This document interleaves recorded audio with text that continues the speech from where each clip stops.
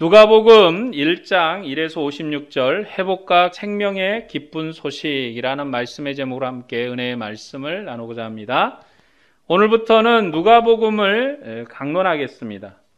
먼저 복음서에 대한 서론을 말씀드리고 누가복음을 시작하겠습니다. 신약 성경의 4개의 복음서는 땅에 오신 예수님이 세우신 하나님의 나라와 예수님의 인격과 행위에 관한 설명입니다. 마태, 마가, 누가복음은 관점과 내용이 비슷해서 공간복음이라고 합니다.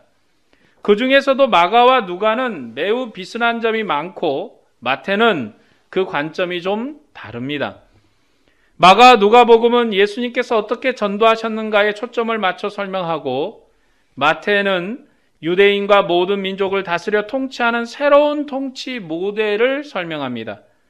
그러나 공간복음은 갈릴리에서 시작해서 그가 누구이신가 신앙 고백을 받으시고 예루살렘에 올라가서 고난을 받아 죽으시고 부활로 승리하신 내용까지를 기록합니다. 그런데 같은 공간에서 벌어진 사건을 기록하지만 각 성경이 마태나 마가나 누가나 각 성경의 특징을 따라서 상당한 차이가 있습니다. 간단히 비교해서 말씀드리자면 마태와 누가의 족보가 나오는데 그 족보의 내용이 서로 다릅니다. 그리고 세례 요한의 출생은 누가복음에만 기록되어 있습니다. 동방박사 이야기는 마태복음에만 있죠. 이처럼 각 복음서들이 강조하는 분야에 따라서 조금씩 그 차이점을 드러내고 있습니다. 그런데 각 복음서는 제자도를 강조하고 있습니다. 제자도라는 것은 예수님의 제자로서 어떻게 주님을 따라 살아야 하고 그의 명령을 어떻게 수행할까 하는 그러한 것입니다.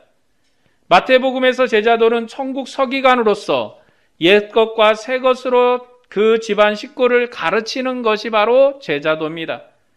하나님의 나라가 이루도록 예수님께서 분부한 것을 가르쳐 지키게 해야 하는 것이 바로 마태복음의 제자도입니다. 마태복음은 새로운 천국 백성을 가르치는 율법처럼 되어 있는 것입니다.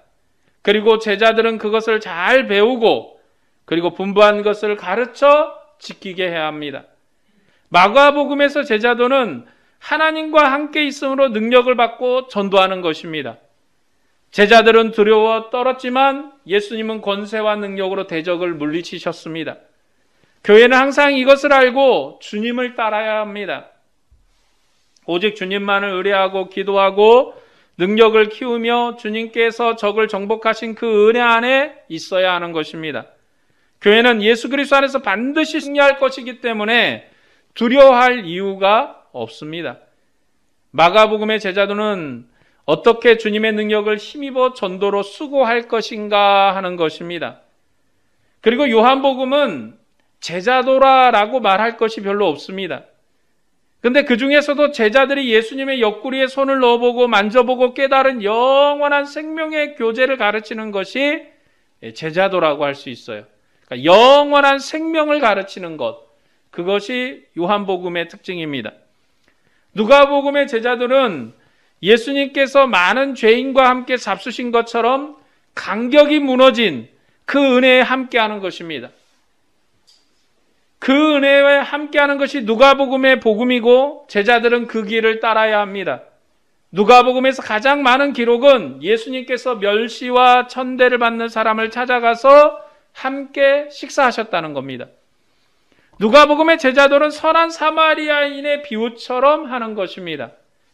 선한 사마리아인이 유대인에게 사랑을 베푼 이웃이 되었던 것처럼 그와 같이 행하는 것이 바로 제자도입니다. 선한 사마리아인처럼 하면 항상 손해를 보고 질 것 같지만 예수님이 부활하시면 의인의 모든 수고가 인정되고 영광을 얻을 것입니다. 그러므로 교회는 십자가의 길을 걸어야 합니다. 그것이 바로 누가복음의 제자도입니다. 이처럼 복음서는 믿음 없는 사람에게 예수님을 믿게 하라는 1차적인 목적으로 기록된 것이 아니라 믿는 사람에게 주신 말씀입니다.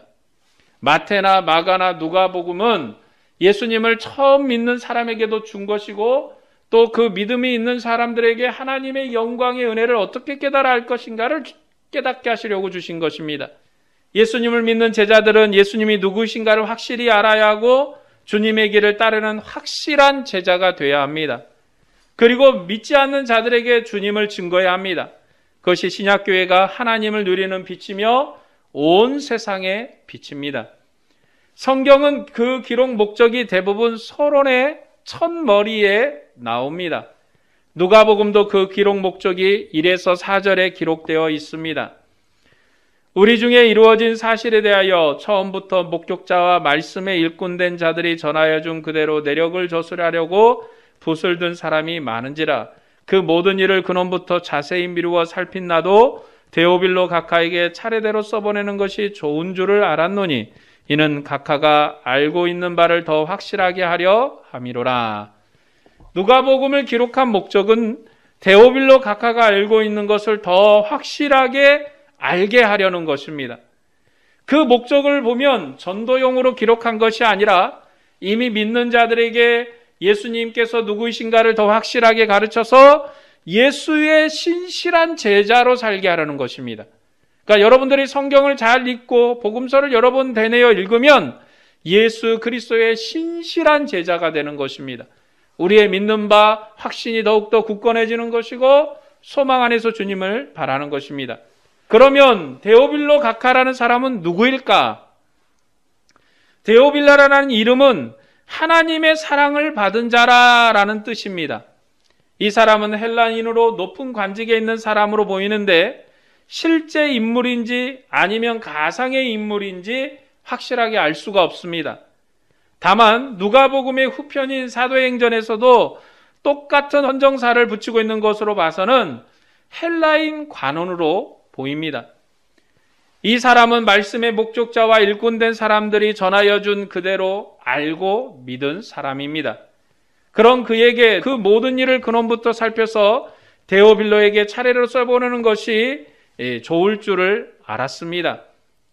누가복음을 기록한 누가라는 인물은 또 누구일까? 그 직업이 의사였다는 것은 확실하게 알려져 있습니다. 그런데 그가 헬라인이라는 주장과 유대인이라는 주장이 있습니다. 여러 가지 기록을 대조해보면 그가 유대인이었을 것으로 보입니다. 왜냐하면 성경은 하나님의 말씀을 유대인에게 맡기셨다고 했기 때문입니다. 로마서 3장 1에서 2절에 그런즉 유대인이 나음이 무엇이며 헬라인의 유익이 무엇이냐 번사에 많으니 우선은 그들이 하나님의 말씀을 맡았음이니라 라고 말씀하는 것을 보면 누가는 유대인이고 그 출신이 안디옥 출신 유대인이라고 보는 것입니다. 확실한 것은 누가는 사도이가 아니고 그의 직업은 의사이고 바울의 신실한 동역자로 마지막까지 함께했던 인물입니다. 누가복음을 기록한 누가가 사도가 아니기 때문에 누가복음에 권위가 없는 것이 아닙니다. 복음서는 예수님 당시에 기록된 것이 아니고 그가 승천하신 다음에 기록되었기 때문에 사도에게서 배운 누가의 기록도 권위가 있습니다. 예수 그리스도의 하늘 통치가 시작되었을 때 그 의미를 깨달은 사도의 제자가 기록했기 때문에 복음서로서 권위가 있는 것입니다. 누가복음은 말씀의 목격자와 일꾼된 자들이 전하여 준 그대로 기술했는데 근원부터 자세히 살펴서 기록했습니다. 그리고 아는 바를 더 확실하게 하려고 기록했습니다. 복음의 확실한 증거를 위해서 기록했다는 것입니다. 그래서 자세히 살펴서 기록한 것입니다. 누가복음은 예수님의 행적을 자세하게 기록한 복음서입니다. 마태복음은 예수님의 말씀을 자세히 기록했고 누가복음은 예수님의 행적을 구체적이고 실감나는 이야기체로 묘사했습니다. 그리고 자세하게 기록했다는 것은 이야기를 계속해서 반복한다는 것입니다. 복음을 확실하게 믿는 방법은요, 반복적으로 듣는 것입니다. 성경은 방법법을 잘 사용하는데 누가복음은 특별히 방법법이 많습니다. 한 사건에 똑같은 일을 연속해서 2번 반복하는 것이 누가복음의 특징입니다. 누가는 이미 알고 있는 것을 확실히 믿게 하려고 근원부터 자세히 살펴서 기록했습니다. 그 근원은 창세기로 올라가는 근원이 아니라 예수님의 당시의 근원을 자세히 살펴서 기록했다는 것입니다. 그래서 누가복음은 세례 요한의 이야기부터 시작을 합니다. 세례 요한의 근원인 출생부터 시작하는 것입니다. 세례 요한의 출생과 예수님의 출생을 기록해도 방법법을 통해서 이렇게 여러 가지 이야기들이 드러나는 것입니다. 그래서 세례 요한의 출생과 예수님의 출생이 항상 반복되는 겁니다. 기쁜 소식을 전하는 천사가 제사장 사가랴에게 가서 출생의 소식을 전하고 또 후에 같은 천사가 마리아에게 가서도 출생의 소식을 전합니다. 같은 천사가 제사장에게도 가고 마리아에게도 가서 구원의 큰 기쁜 소식을 반복적으로 전하는 것이 누가복음의 특징입니다. 누가복음의 내용이 긴 이유는 이런 반복법이 많기 때문에 그래요. 자, 본문 5에서 6절 말씀을 보겠습니다. 유다왕 헤롯 때 아비야 반열에 제사장 한 사람이 있었으니 이름은 사가랴요 그의 아내는 아론의 자손이니 이름은 엘리사벳이라. 이 두 사람이 하나님 앞에 의인이니 주의 모든 계명과 규례대로 흠이 없이 행하더라. 사가랴와 엘리사벳은 경건한 유대인이고 둘 다 제사장 가문입니다. 이런 전개는 출애굽기의 시작과도 비슷합니다. 레위 지파 남자가 레위 지파 여자에게 장가들어서 아들을 낳았는데 이스라엘의 구원자인 모세를 낳았습니다. 이런 기록은 가문의 계통을 통해서 새로운 출생을 이야기하는 방식입니다. 하나님께서 새로운 일을 시작하실 때는 새로운 출생을 통해서 일하기 때문에 이렇게 기록하는 것입니다. 누가는 새로운 일을 근원부터 시작했는데 그 근원은 제사장 가문으로 시작했다는 것입니다. 누가가 시작한 얘기는 제사장 가문의 이야기로 시작했다는 거예요. 남편이 제사장이고 아내도 아론 지파 출신의 순수한 제사장의 계통입니다. 그리고 이 사람은 율법대로 행한 의인입니다. 구약 성경에서 의인이라는 개념은 이방 백성은 불의하고 이스라엘은 언약 백성으로 의롭다라는 개념이에요. 그러니까 우리가 생각하는 의인하고는 조금 다르죠. 우리는 착한 일을 하고 좋은 일을 하고 남이 보기에 선한 행실을 하는 사람을 의인이라고 생각을 합니다. 그러나 성경에서 구약 성경에서 의인이라는 것은 이스라엘이 의로운 사람이에요. 언약 백성으로 하나님의 말씀을 지키고 하나님을 따르는 자가 의로운 사람입니다. 이방인은 불의한 사람이에요. 이스라엘은 하나님으로부터 율법을 받았기 때문에 율법을 행하는 백성으로 의롭고 율법을 행하지 않는 백성은 불의함으로 벌을 받습니다. 그러나 그들이 비록 이스라엘이면서 불의하다 할지라도 속죄의 과정을 통해서 의를 회복할 수 있어요. 그래서 그들이 하나님의 백성으로 의로운 백성입니다. 유대인들은 자신들이 실수를 해서 또 자신들의 어떤 고의적인 사건으로 의를 잃어버린 불의한 사람이 됐다 할지라도 하나님의 율법을 따라서 의를 회복할 방법이 있습니다. 그렇기 때문에 이스라엘 백성은 의로운 사람들이에요. 그들이 하나님의 백성으로 그렇게 의로운 것입니다. 그들이 부정하다면 다시 정결례식을 통해서 정결하게 할 수 있습니다. 그러나 이방인들은 언제나 불의합니다. 그들의 불의를 정결하게 할 의식이 없기 때문에, 그들의 불의를 회복할 의식이 없기 때문에 그렇습니다. 이것이 성경에서 의롭다는 개념입니다. 이 구약의 개념은 우리가 배운 것처럼 영원한 법정에서 흠도 티도 없어야 의롭다는 개념이 아닙니다. 그러므로 우리의 개념이 아니라 성경의 개념으로 단어와 문맥을 정의하는 것이 올바른 것입니다.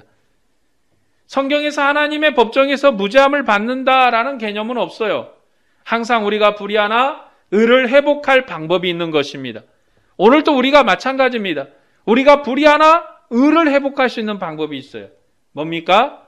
하나님 앞에 회개하고 기도하고 또 우리의 생활의 방식을 고쳐서 하나님의 의로운 백성으로 살려고 하는 그 은혜 안에서 회복을 받는 겁니다.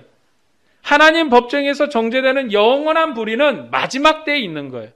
마지막 심판 때에서만 행해지는 것입니다. 사가랴는 모세율법을 잘 행했기 때문에 의로운 사람입니다. 왜냐하면 그는 제사장 가문으로 일반 백성보다도 더 거룩해야 하므로 율법을 아주 잘 지켰습니다. 모세 율법은 정한 규례를 행하면 잘못된 모든 것을 정결하게 합니다. 이스라엘 백성이 율법을 잘 지키면 의로운 백성이 되는 것입니다. 그러나 율법을 잘못 지켜도 속죄할 방법이 있어요. 그런 의미로 흠없는 의인이 바로 유대인들입니다. 구약 백성은 다 그렇다라는 의미입니다. 그런 역사의 연속성을 이야기하는 것이 누가복음의 기록 방식이에요. 그래서 구약에서 율법은 그들의 유업이며 지혜이며 하나님의 빛입니다. 세례 요한의 혈통은 부모 모두가 제사장의 혈통으로 율법에 흠음이 없는 의인입니다. 하나님의 구원 역사에서 제사장감으로 의롭고 율법으로 흠이 없는 가문이었다는 것입니다. 이렇게 부모들마저 그리고 자신마저 흠이 없는 가문이어야지만이 이스라엘에 무너졌던 제사 제도를 회복시킬 수 있고 하나님 앞에서 예배하는 백성으로 살 수 있는 것입니다. 본문 7절 말씀을 보겠습니다. 자, 엘리사벳이 잉태를 못함으로 그들에게 자식이 없고 두 사람의 나이가 많더라. 사가랴는 어려운 사람이고 하나님의 율법에 순종했지만 자식이 없었습니다. 이것은 아브라함과 사라가 늙고 자식이 없었던 모습과도 같습니다. 하나님은 아브라함에게 가나안 땅을 주셨고 그 땅을 상속할 후손을 주시겠다고 약속했습니다. 하나님이 아브라함을 그 땅으로 부르신 것은 여호와께서 그들의 하나님이 되시고 그들은 내 백성이 되게 하려는 것입니다. 그가 하나님의 백성이 된다는 것은 하나님을 예배하는 백성이 되는 것입니다. 그래서 아브라함이 가나안 땅에 들어갔을 때 온 땅을 두루다니면서 제단을 쌓고 예배한 것입니다. 그러니까 아브라함은 가는 데마다 제단을 쌓았어요. 왜냐하면 하나님께서 그를 예배하는 사람으로 부르셨기 때문에 그렇습니다. 그것은 하나님이 가나안 땅에 새로운 에덴을 시작한 것입니다. 그런데 천하 만민이 너로 말미암아 복을 받으리라고 하셨는데 그들에게는 자식이 없었습니다. 그래서 하나님이 혈통의 힘을 따라 난 이스마엘이 아니라 약속을 따라 죽은 몸에서 새로운 상속자를 태어나게 하는 새로운 창조 사역을 하셨습니다. 아담은 흙으로 지어졌지만 아브라함은 다 죽은 몸에서 상속자를 낳았습니다. 사망의 몸에서 생명을 낳았습니다. 아담은 흙으로 지어져서 생명의 역사로 시작했다가 그의 끝은 뭐였습니까? 사망이었죠. 그런데 하나님께서 새로운 에덴을 가나안 땅에서 시작할 때는 죽을 것 같은 몸에서, 이미 죽어버린 몸에서 생명을 시작하셨습니다. 그래서 이삭이 새로운 창조물이고 새로운 생명의 시작이 되는 거예요. 혈통이 아니라 새 생명으로 낳은 것입니다. 그것은 죽음의 세계에서 새로운 생명을 주시는 역사였습니다. 이 사건으로 아브라함은 믿음의 조상이 되었습니다. 그리고 신약의 모든 약속도 아브라함의 복을 성취하는 역사입니다. 하나님은 아들이 없는 아브라함에게 약속하신 대로 아들을 주셨습니다. 누가복음은 이 모델을 사용해서 하나님의 새로운 구원 역사가 새로운 창조의 사역이고 새로운 출애굽의 사건임을 강조합니다. 지금 누가가 이 세례 요한의 사건 속에서 강조하는 건 두 가지입니다. 첫째는 새로운 창조의 역사다. 두 번째는 뭡니까? 새로운 출애굽의 역사다. 예수님이 어떤 분이신가? 새로운 창조를 이루실 것이고 새로운 출애굽의 모델을 보여주실 것이라는 겁니다. 그게 누가복음의 서론이고 시작점이에요. 그래서 세례 요한부터 시작을 하는 겁니다. 사가랴와 엘리야는 늙었는데도 아들이 없었습니다. 구약 방식으로 하면 거룩한 제사장 가문의 생명이 끊어진 것입니다.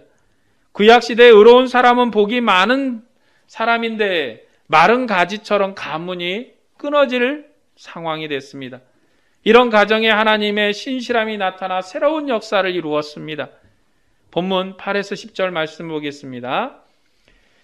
마침 사가랴가 그 반열의 차례대로 하나님 앞에서 제사장의 직무를 행할세 제사장의 전례를 따라 제비를 뽑아 주의 성전에 들어가 분향하고 모든 백성은 그 분향하는 시간에 밖에서 기도하더니 제사장은 24반열이 규례를 따라 돌아가면서 성전에서 기도했습니다. 제사장이 끊임없이 하나님 앞에 제사하고 찬양을 드렸는데 스가랴의 차례가 된 것입니다. 그래서 그가 성전에서 분향하고 백성은 밖에서 기도했습니다. 그런데 스가랴가 들어간 지 한참이 되었는데도 나오지 않는 것입니다. 그래서 백성이 불안해했습니다. 그때 가브리엘 천사가 두려운 모습으로 그에게 나타났습니다. 13절 말씀입니다. 천사가 그에게 이르되 사가랴여 무서워하지 말라. 너의 간구함이 들린지라. 내 아내 엘리사벳이 내게 아들을 낳아주리니 그 이름을 요한이라 하라. 그에게 아들을 주는데 내 간구함을 듣고 주겠다는 거예요. 그러니까 우리가 하나님 앞에 아들을 달라며 기도하면 아들을 주시는구나, 이런 뜻인가? 근데 그게 아니에요. 사가랴의 기도는 아들을 달라는 기도가 아니었습니다. 그 내용은 천사의 말을 통해서 알 수가 있어요. 15에서 17절 말씀을 보겠습니다. 이는 그가 주 앞에 큰 자가 되며 포도주나 독한 술을 마시지 아니하며 모태로부터 성령의 충만함을 받아 이스라엘 자손을 주 곧 그들의 하나님께로 많이 돌아오게 하겠습니다. 그가 또 엘리야의 심령과 능력으로 주 앞에 먼저 와서 아버지의 마음을 자식에게 거스리는 자를 의인의 슬기에 돌아오게 하고 주를 위하여 세운 백성을 준비하리라. 그가 대가 끊어질 것 때문에 기도한 것이 아니라 제사 제도가 계속 이어져서 주님이 그 나라를 회복하기를 기도한 것입니다. 하나님께서 새로운 성전에 자기 백성의 하나님이 되시도록까지 그 나라가 이어지도록 기도했습니다. 그래서 그 기도를 들으시고 후사를 주셨습니다. 지금 이스라엘 백성의 상황은 어떤 상황이냐? 극심하게 타락한 상태예요. 이스라엘 백성의 상태는 극심하게 타락한 상태입니다. 이스라엘이 비록 바벨론 포로에서 해방돼서 돌아왔지만 온전한 다윗의 나라가 회복되지 않았습니다. 그리고 제사장 가문도 마른 가지처럼 말라버렸어요. 이스라엘의 제사 제도가 끊어질 만큼 말랐을 때 하나님께서 생명의 약속으로 새로운 출생, 새로운 일을 하셨습니다. 그래서 다 말라버린 제사장 가문에 씨를 주셨는데 그 씨의 이름이 요한이입니다. 요한. 자, 요한이란 이름은 기쁨이라라는 뜻이에요. 요한이란 이름은 기쁨이다라는 뜻이에요. 왜 그런 이름을 주셨냐면 그로 인하여서 가족도 기뻐하고 그의 소식을 들은 모든 사람이 기뻐할 것이기 때문에 그 이름을 주신 것입니다. 그는 자기 뒤에 오실 더 큰 기쁨의 소식을 전하는 전령입니다. 그는 하나님의 아들이 우리 중에 오신다는 구원의 큰 소식을 전했습니다. 그래서 그의 이름이 요한, 기쁨입니다. 계속 말씀드리지만 누가복음은 같은 내용을 반복하는 구조이기 때문에 천사가 세례 요한의 이름도 지어주고 예수님의 이름도 지어준 것으로 기록되어 있습니다. 마태복음에서 예수님의 이름은 그가 자기 백성을 죄에서 구원한다라는 이름이라고 설명하지만 누가복음에서는 예수님의 이름을 설명하지 않습니다. 왜냐하면 누가복음에서는 예수님을 의로운 가문, 진정한 이스라엘이라는 의인의 관점에서 설명하기 때문에 그래요. 그래서 예수님께서 출생할 때 예수라는 이름은 이야기했어요. 그 이름은 해석해주지 않습니다. 복음서가 이렇게 특징이 있어요. 마태복음은 예수님의 이름을 해석해줬어요. 굳이 해석을 해줬죠. 누가복음은 예수님의 이름을 해석해주지 않아요. 이름만 얘기해주지. 그런데 도리어 이 세례 요한의 이름을 해석해줍니다. 기쁨이라, 그 소식을 듣는 자들이 기뻐할 것이다 라고 해서 왜 요한이 되어야 되는가, 왜 요한이란 이름을 지어야 되는가를 해석해 주었습니다. 누가복음에서는 예수님이 이루실 구원은 이전 나라의 역사를 새롭게 해서 그전보다도 더욱더 풍성한 영광으로 인도하는 것입니다. 그래서 자기 백성을 불순종하는 죄에서 구원한다는 설명이 없어요. 자기 백성을 불순종해서 구원하는 것이 아니라 이전에 망해버린 나라를 새롭게 회복해서 이전에 하나님의 영광과 하나님의 약속을 새롭게 이어가는 게 누가복음의 구원 방식이에요. 누가복음 하나님께서 어떻게 새로운 질서와 새로운 회복을 주셨는가를 설명해요. 그리고 멸망하고 멸시받는 백성을 다시 돌이켜서 하나님의 유업을 잇도록 하셨는가를 설명하기 때문에 예수님의 이름을 설명하지 않습니다. 왜냐하면 누가복음이 말하는 구원은 하늘에서 뚝 떨어진 구원이 아니기 때문에 그래요. 그러니까 우리가 예수의 이름을 말하는 것은 하늘로부터 내려온 구원을 얘기하려고 하는 거예요. 하나님이 우리에게 어떤 구원을 주셨는가? 오늘 우리가 전도할 때 그러지 않습니까? 예수의 이름을 믿으면 구원을 받는다고. 그것은 역사도 없고 이전의 관계도 없고 아무것도 없는 거예요. 그냥 내가 믿으면 구원받는 거예요.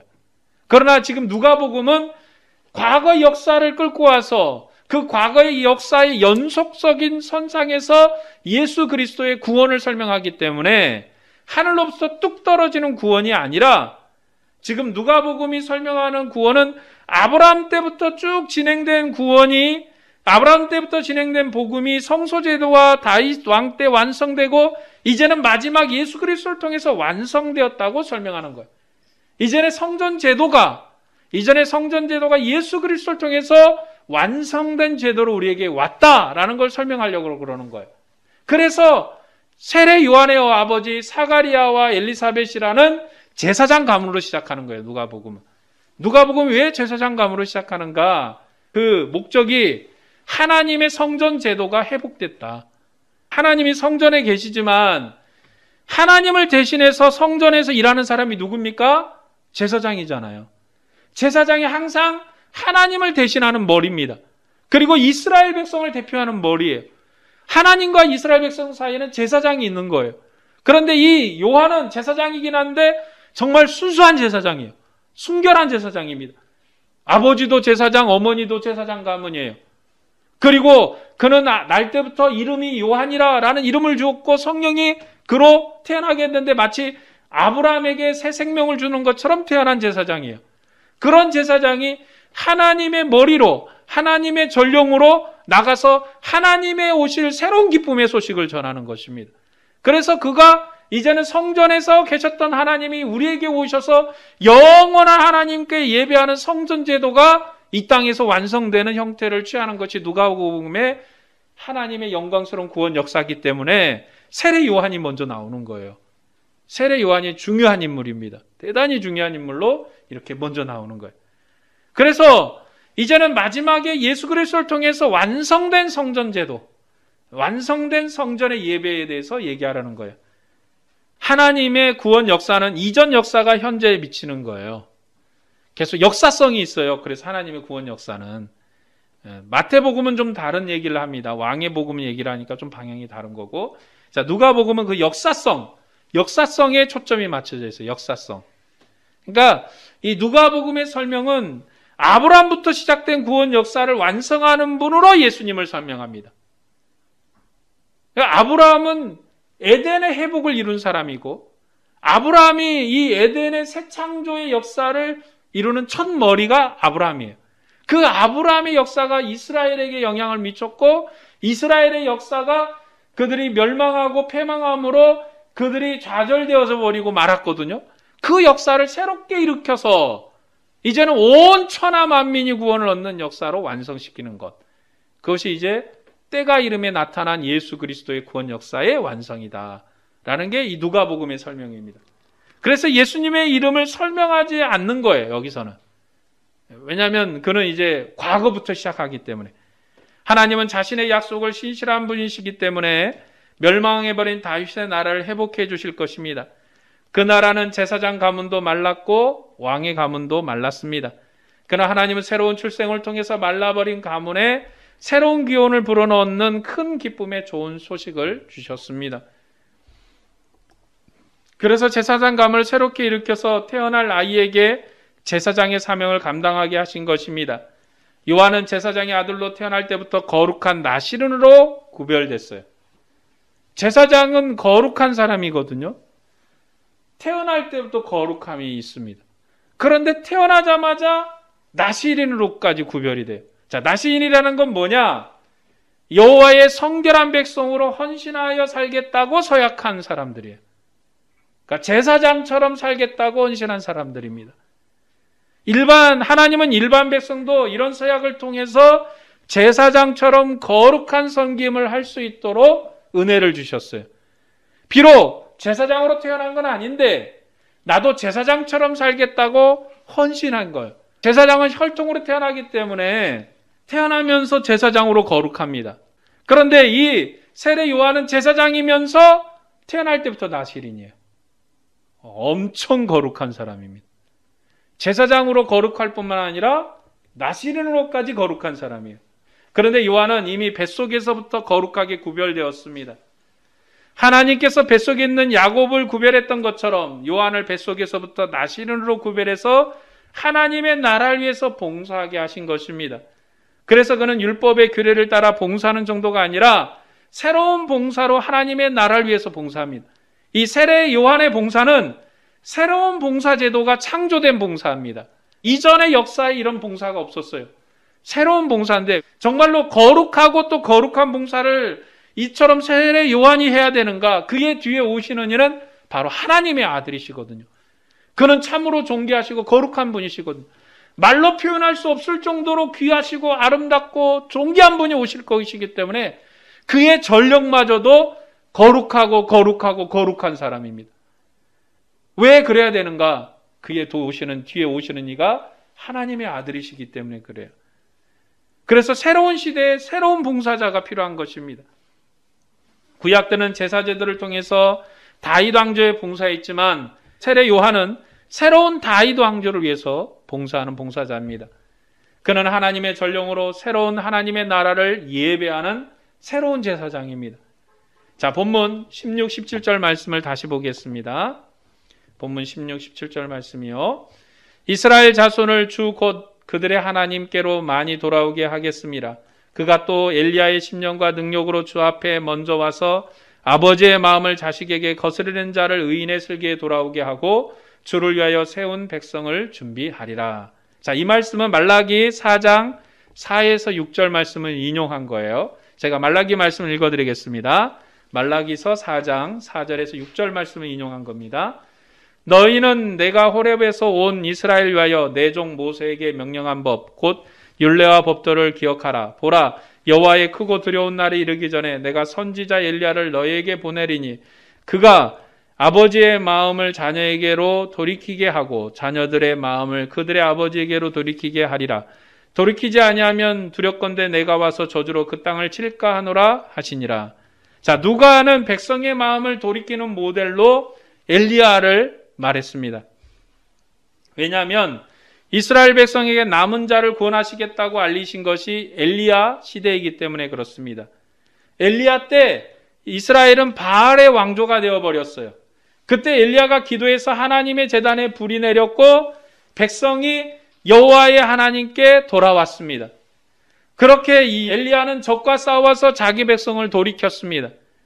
이스라엘을 돌이키는 것은 아버지의 마음을 자식에게 거스리는 자를 의인의 슬기에 돌아오게 하는 것입니다. 그런데 말라기 4장 6절에서는 아버지의 마음을 자녀에게 돌이키게 하고 자녀의 마음을 아버지에게로 돌이키리라고 그렇게 말합니다. 말라기의 말씀을 누가복음이 변형했었어요. 변형. 말라기 당시에는 하나님의 공동체가 깨어진 상황입니다. 하나님과 제사장의 관계가 깨어지고 백성의 관계도 끊어졌습니다. 그래서 제사장은 하나님을 섬기는 것이 번거롭다고 했고 백성도 11조를 내는 것이 무익한 것이라고 했습니다. 아버지는 자식에게 조상의 약속을 물려줘야 되고 자식은 아버지에게 마음을 두고 유업을 받아야 되는데 그런 언약적 관계가 산산조각이 난 것이 말라기의 상황입니다. 하나님께서 다시 이스라엘 백성에게 임하면 엘리야와 같은 선지자를 보내서 자기 백성을 시키시고 제사제도를 깨끗하게 하실 것입니다. 그리고 백성의 마음을 하나님께로 돌이킬 것입니다. 그래서 아버지의 마음을 자녀에게 돌이키게 하고 자녀들의 마음을 그들의 아버지에게로 돌이킬 것입니다. 그런데 누가복음에서는 아버지의 마음을 자식에게 거스리는 자를 의인의 슬기에 돌아오게 하리라고 합니다. 구약은 혈통을 따라 한몸됨을 강조하기 때문에 아버지의 마음을 자식에게, 자식의 마음을 아버지에게 돌이킨다고 하는 것입니다. 그러나 신약은요, 혈통적으로 하나가 되는 게 아니에요. 피로 하나가 되는 것이 아니라 하나님을 거스르는 자가 돌아와서 하나님의 백성으로 하나가 되는 것이에요. 그래서 여기에서 변화가 생기는 거예요. 그렇게 해서 이스라엘이 하나가 됐던 것처럼 이방 백성도 하나님이 세운 백성으로 하나님을 예배하는 공동체가 되는 것입니다. 이스라엘의 상황하고 신약 교회의 상황이 완전 달라요. 다르기 때문에 이렇게 상황적으로 다르게 설명하는 것입니다. 그런 큰 기쁨의 소식을 요한을 통해서 전하게 하셨기 때문에 이제는 혈통을 뛰어넘는 새로운 시대가 온 것입니다. 누가복음이 말라기 말씀을 변형한 것은 예수님께서 새로운 나라를 가져왔기 때문에 변형한 것입니다. 새로운 창조와 새로운 시대가 왔기 때문에 새로운 구원이 임한 것이고 새로운 구원으로 구약을 해석하는 것입니다. 그래서 옛 것을 새 것으로 새롭게 설명한 것입니다. 사가랴는 천사가 전해준 소식을 도저히 믿을 수가 없었습니다. 그래서 그 일이 이루어지기까지 언어 장애를 주었습니다. 천사의 말대로 엘리사벳이 임신했고 그것을 5달 동안 숨겼습니다. 그 다음 6달 때 천사가 마리아를 찾아갔습니다. 누가복음은 시간 순서를 확실하게 기록을 해요. 5달 됐다, 6달 됐다. 왜 시간 순서를 이렇게 확실하게 기록하는가? 누가가 말하는 내용이 역사적인 사실이라는 것을 강조하기 위해서 그렇습니다. 그러니까 누가가 얘기하는 것이 역사적인 사실이다, 진짜다라는 걸 강조하려고 시간을 아주 정확하게 기록하는 거예요. 하나님 우리 중에 오셔서 우리가 만지고 보았다고 증거하는 것이 바로 누가복음이에요. 본문 6에서 7절 말씀을 보실까요? 6째 달에 천사 가브리엘이 하나님의 보내심을 받아 갈릴리 나사렛이라는 동네에 가서 다윗의 자손 요셉이라는 사람과 약혼한 처녀에게 이르니 그 처녀의 이름은 마리아라. 마태복음에서는 천사가 주로 요셉과 얘기하고요, 마리아하고는 대화하지 않았어요. 왜냐하면 마태복음 왕의 족보에 관한 이야기이기 때문에 요셉과 주로 이야기했습니다. 그러나 누가복음은 생명의 출생을 여자를 통해서 주셨기 때문에 여자에게 명예를 주고 있습니다. 여자들에게 누가가 명예를 돌려주고 있어요. 첫나라는 여자인 화하 때문에 망했기 때문에 누가복음은 여자에게 명예를 다시 주는 것입니다. 엘리사벳과 마리아가 새로운 창조와 새로운 구원 역사의 시대를 여는 출생을 했어요. 그 때문에 그들이 명예스럽게 된 것입니다. 이스라엘 백성 가운데도 여자의 이름은 명예스러운 이름이 아니었습니다. 구약에서 여자는 영광스럽지 못했습니다. 왜냐하면 그들의 타락이 여자인 화하를 통해서 왔거든요. 그러나 이제 신약을 시작하면서 하나님의 새 창조와 새로운 생명의 구원 역사를 여는 출생이 누가 있느냐? 엘리사벳과 마리아가 한 거예요. 마리아와 엘리사벳이 그들의 출생을 통해서 영원한 생명으로 세상을 구원하는 새 창조의 역사가, 그리고 새로운 생명의 역사가 시작했기 때문에 그들의 이름을 명예스럽게 기록하는 것입니다. 이제는 이 여자들 모두가 다 영광스러운 것은 바로 마리아가 여자의 몸으로 하나님의 아들을 낳았다, 생명의 역사를 탄생케 했다라는 의미로 이제 영광스러운 거예요. 그래서 신약교회는 여자의 이름도 영광스러운 이름입니다. 이처럼 하나님이 새로운 역사로 과거의 역사를 회복하는 게 바로 누가복음의 특징이에요. 새 역사로 과거의 역사를 회복합니다. 그래서 천사가 마리아를 찾아갔을 때 평안으로 인사를 합니다. 여자를 찾아가가지고 여자에게 평안의 문안 인사를 한 거예요. 요셉하고는 얘기했다는 얘기는 누가복음에 단 1도 나오지 않습니다. 누가복음엔 단 1도 요셉하고 얘기했다는 얘기가 없어요. 마리아를 찾아가서 평안의 인사를 했습니다. 은혜를 받은 자여 평안할지어다. 주께서 너와 함께 하시도다. 주께서 이 마리아와 함께 한다는 평안의 문안 인사라는 것은 마리아를 통해서 하나님의 새 창조의 역사, 새로운 구원의 역사가 시작되기 때문에 평안의 인사를 한 거예요. 그를 통해서 하나님의 아들을 낳을 것이기 때문에 평안으로 인사한 것입니다. 그녀가 하나님의 아들을 낳을 것이고 새로운 구원 역사가 마리아를 통해서 시작되는 것입니다. 하나님의 구원 역사의 머리는 누굽니까? 여자인 마리아예요. 그래서 마리아가 자기를 찬양하고 노래할 때 나의 이름이 세세에 무궁토록 영광을 얻을 것이다. 우리가 왜 구원을 얻었는가? 어떻게 구원을 얻었는가? 여자로 구원을 얻은 거예요. 그 여자의 헌신으로, 생명을 건 여자의 헌신으로 그가 예수 그리스도를 낳았기 때문에, 그가 하나님의 아들을 낳았기 때문에 구원을 얻은 거예요. 그래서 이제 신약교회는 여자의 이름도 영광스럽습니다. 여자도 존귀함으로 영광스러워요. 그래서 은혜를 입은 여자라고 평안으로 문안 인사를 천사가 한 것입니다.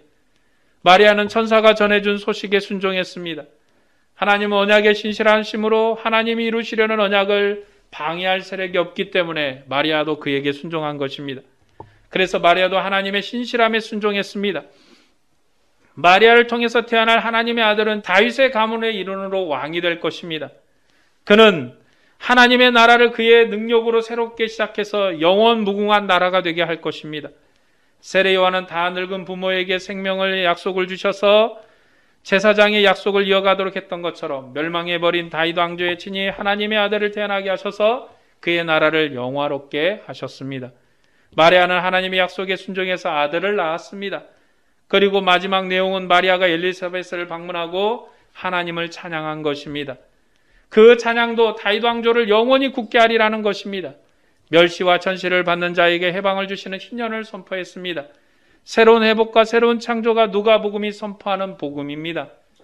오늘 말씀을 정리하고자 합니다. 주님은 낮아지셨고 자기 몸을 내어주심으로 교회를 그의 몸과 지체로 삼으셨습니다. 그리고 교회를 영광의 주님의 상에 앉게 했습니다. 그가 다시 오시면 큰 기쁨으로 우리가 그를 만날 것입니다. 그때는 모든 가진 자들, 웃는 자들, 부유한 자들, 세상에서 만족한 자들이 기쁨을 잃어버릴 것입니다.